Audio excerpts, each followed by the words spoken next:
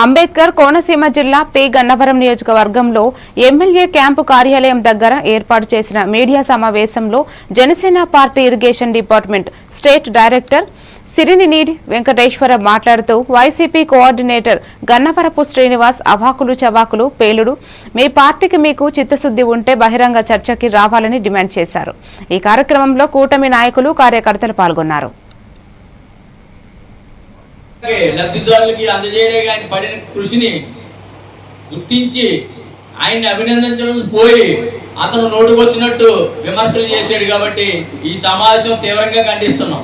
అలాగే అతని పదవి ఆ కన్వీనర్ అన్నది తీసేస్తారనే భయంతో అవాకులు చవాకులు పేలుతున్నాడు।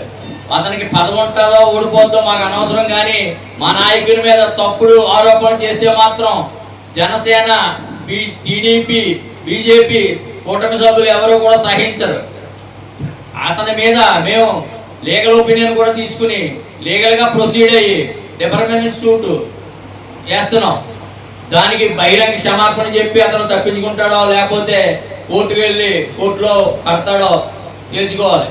ఇదే హెచ్చరిక గన్నవరపు శ్రీనివాసరావు నిర్ణయాత్మక ప్రతిపక్షంగా ప్రవర్తిస్తే బాగుంటుంది।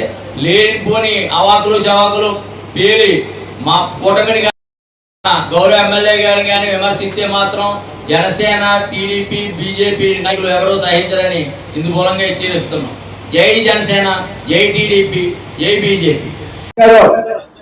మీ యొక్క చరిత్ర ఏదైతే ఉందో అదన్నీ కూడా ఇప్పటికే మీ వైసీపీ కార్యకర్తల నుంచే మా సమాచారం వచ్చింది। మీ వైసీపీ కార్యకర్తల నుంచే అనేక విమర్శలు మాకు చెప్తా ఉన్నారు మీకోసమే। ఇవన్నీ కూడా బహిర్గతం చేస్తాం।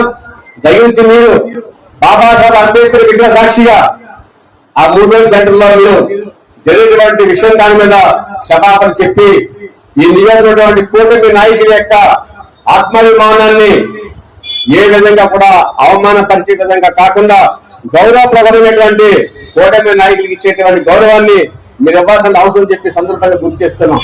Thank you very much, thank you. లబ్ధిదారులకి అందజేయడానికి ఆయన పడిన కృషిని